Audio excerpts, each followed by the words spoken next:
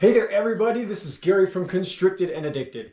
Today I'm going to give you a tour of the reptile room. It's been a little bit, so I wanted to bring you in here, kind of show you what I've done so far. There's still a little bit of work to do with it, but you know what? It is pretty well set up and it's time to show it off. So stick around, here it comes.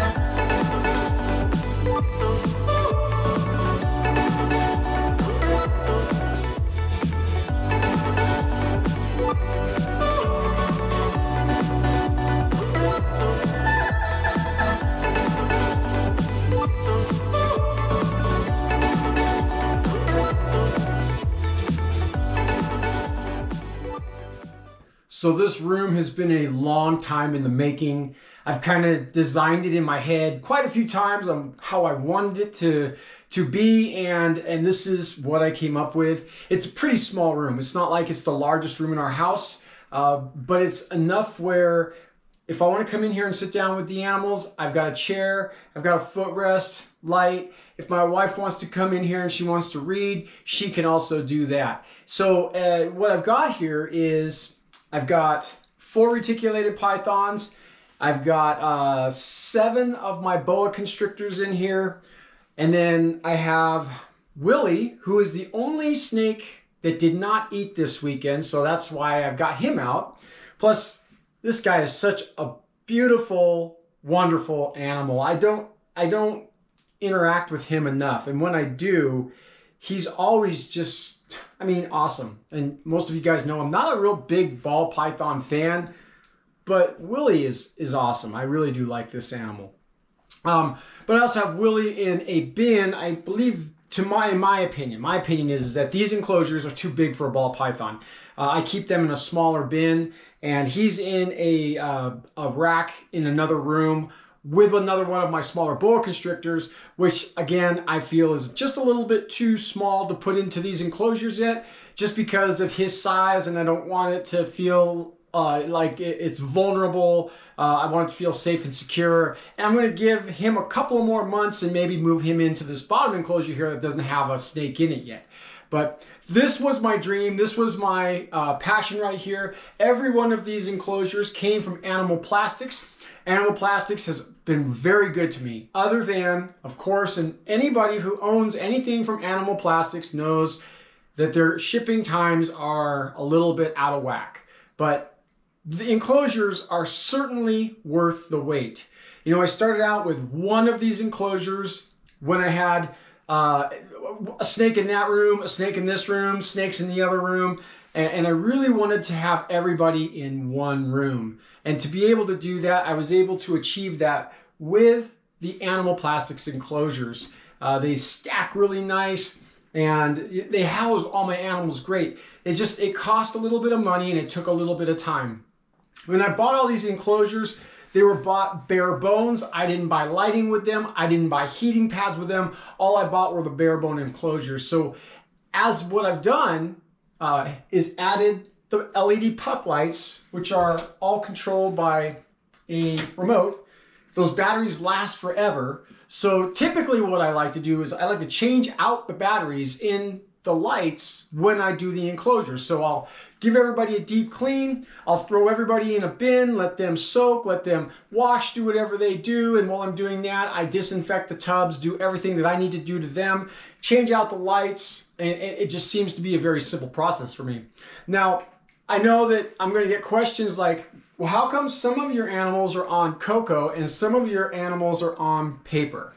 And the reason for that is simply bowel movements. There are some of these enclosures that are very difficult for me to get into and see if the animals have gone to the bathroom. And prior experience is that what happens is they go to the bathroom, it looks just like the cocoa husk that's inside the enclosures, and the next thing I find, it's got mold on it. To me, it's been in there way too long.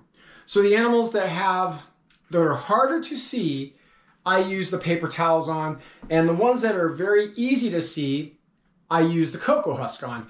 It works well for me, and I've never had a shed problem so far with the brown paper.